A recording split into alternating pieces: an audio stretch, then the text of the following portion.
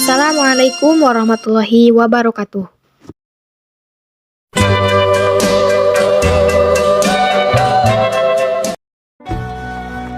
Perkenalkan, nama saya Umi Hani Salamah dengan nomor NPM 101212855 dari kelas C8 S1 Manajemen. Pada video kali ini, saya akan menjelaskan isi materi mata kuliah Pendidikan Agama Islam dari pertemuan pertama sampai dengan pertemuan 6. Yang pertama ada Ma'rifatur Rasul, yaitu mengetahui bahwasanya Muhammad adalah Rasul Allah, penyampai ajaran dari Allah. Beliau jujur di dalam menyampaikan ajarannya, baik dalam masalah hijab ataupun tahrim, dan dalam mengabarkan tentang peristiwa yang terjadi pada masa lampau dan yang akan terjadi di masa mendatang di dunia, di alam barzah dan di alam akhirat. Rasulullah Shallallahu Alaihi Wasallam memiliki 4 sifat. Yang pertama ada sidik, artinya benar. Yang kedua ada fatonah, artinya pintar. Ketiga ada tablik, artinya menyampaikan. Dan yang keempat ada amanah, artinya terpercaya. Materi yang kedua ada hajatul insan illa rasul.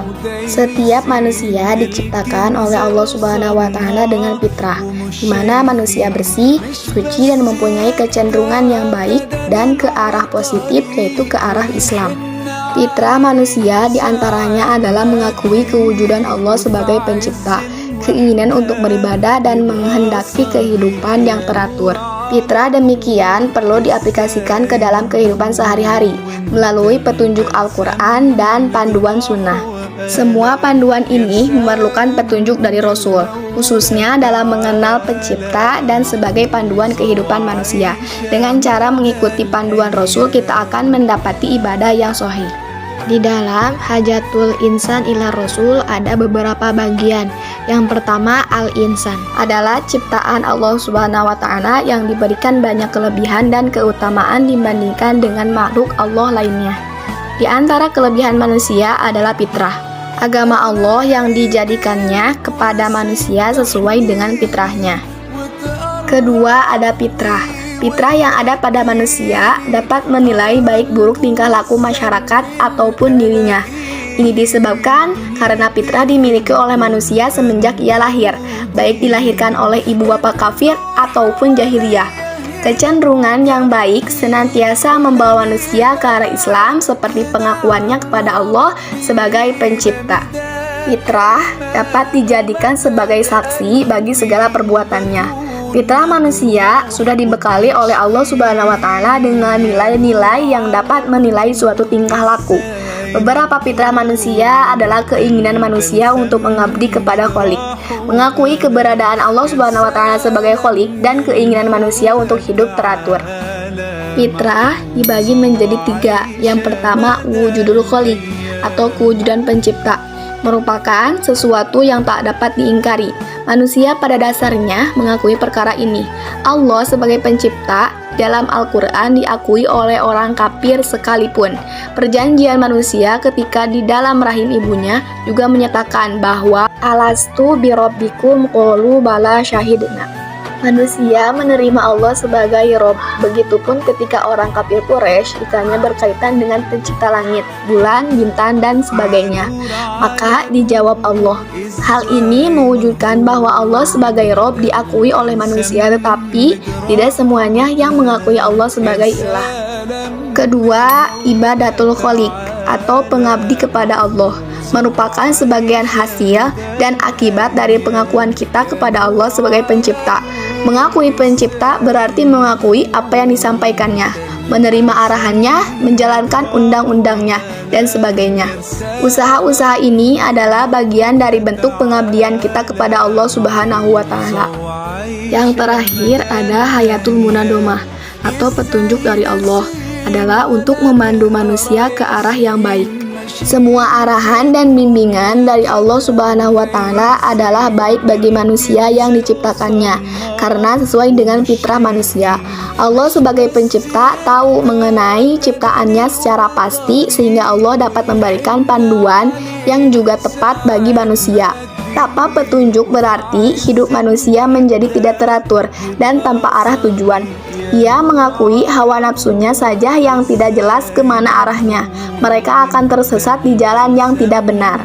Bagian ketiga dari Hajatul Insan ila Rasul ada Hidayatul Rasul. Jika kita hendak mengikuti perintah Allah, maka kita mesti mengikuti perintah Rasul. Apabila kita ingin mengasihi Allah, maka kita perlu petunjuk Rasul. Kaidah ini adalah kaidah yang rabbani, dibawa oleh Islam. Oleh karena ibadatain pun terdiri dari pengakuan kepada dua, yaitu Allah dan Rasulnya. Mengikuti petunjuk dari Rasul berarti kita mengikuti jalan agama Allah yang mempunyai langit dan apa-apa yang di bumi. Terakhir ada ibadatul shohih, adalah ibadah yang menyembah Allah dengan panduan mengikuti Rasul. Rasul sebagai penerima wahyu dari Allah harus diikuti, dan sebagai keperluan bagi kita untuk menjadikannya sebagai contoh dan petunjuk dalam menjalankan ibadah yang benar. Materi ketiga, ta'rif Rasul atau pengertian Rasul. Dari segi bahasa, Rasul berasal dari kata rasala yang berarti mengutus, sedangkan kata Rasul adalah bentuk infinitif dari kata rasala yang berarti utusan atau seseorang yang diutus. Adapun secara istilah, kata Rasul berarti seorang laki-laki yang dipilih dan diutus oleh Allah dengan membawa risalah kepada umat manusia. Ada dua kata kunci untuk memahami definisi ar-Rasul, yaitu pertama ada hamilur risalah, artinya membawa dan menyampaikan risalah. Kedua, qudmatu fi tatbiqir risalah, artinya menjadi contoh bagi umat Islam dalam melaksanakan ajaran yang dibawanya. Materi keempat, makanatur Rasul atau kedudukan Rasul. Kedudukan Rasul yang pertama ada abid min ibadillah atau hamba di antara hamba-hamba Allah. Rasul Muhammad SAW adalah sebagai hamba dan manusia biasa yang juga makan, minum, pergi ke pasar, beristri, berniaga, dan segala aktivitas manusia dikerjakan dan ditunaikan dengan baik. Dari keadaan ini dapat disimpulkan bahwa Rasul sebagai manusia dan kita pun sebagai manusia, sehingga apa yang dikerjakan oleh Nabi juga dapat dilaksanakan oleh kita secara baik. Tidak ada alasan untuk tidak mengerjakan perintah Rasul karena Allah telah mengutus Rasul dari kalangan manusia juga. Kedudukan Rasul yang kedua ada as-sunnah. Dari segi bahasa berarti jalan. Maksud sunnah Nabi adalah segala sesuatu yang disebutkan dan diamalkan. Kedudukan Rasul yang ketiga, Rasul minal mursalin, artinya Rasul di antara Rasul-Rasul. Muhammad SAW selain sebagai hamba biasa, juga sebagai Rasul yang mempunyai keutamaan dan ciri-ciri kerasulan. Muhammad seperti Rasul lainnya juga mempunyai mukjizat dan tugas-tugas yang mulia. Materi terakhir, sifatur Rasul. Pertama, al-basyariyatul kamilah, artinya kemanusiaan seutuhnya. Rasulullah SAW adalah manusia biasa seperti manusia yang lainnya. Dia bukan bangsa malaikat atau jin, bukan manusia setengah malaikat dan bukan manusia setengah jin. Akan tetapi Rasulullah SAW adalah bangsa manusia seutuhnya, memiliki jasad seperti manusia pada umumnya dan memiliki perasaan seperti manusia yang lainnya.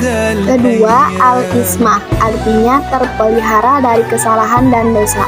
Karena memiliki sifat basyariah atau kemanusiaan, maka Rasulullah SAW mungkin saja pernah berbuat salah atau keliru.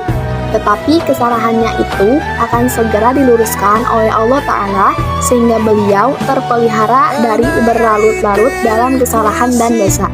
Inilah yang disebut sifat al-ismah, dijaga, dilindungi, dicegah, dan dikendalikan oleh Allah Ta'ala sehingga terhindar dari kesalahan dan dosa.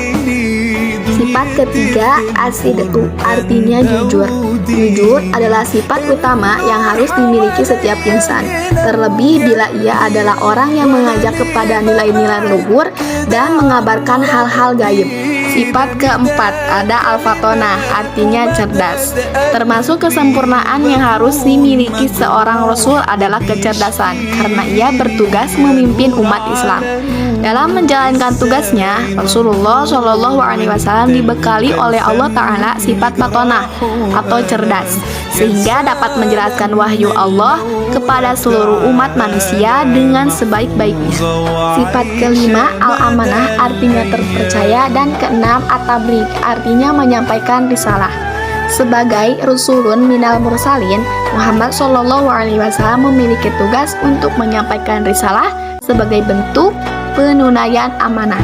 Sifat yang terakhir, al-iltizamul kamil, artinya komitmen yang sempurna terhadap kebenaran.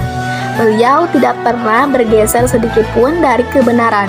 Beliau senantiasa berkomitmen kepadanya dari segala sisinya. Salah satu contohnya adalah beliau tidak bergeming sedikitpun menghadapi tipu daya musyrikin Quraisy yang berusaha menodai dakwahnya.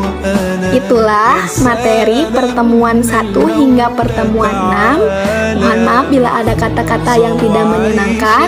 Saya Umi Hani Salama pamit undur diri. Terima kasih. Wassalamualaikum warahmatullahi wabarakatuh.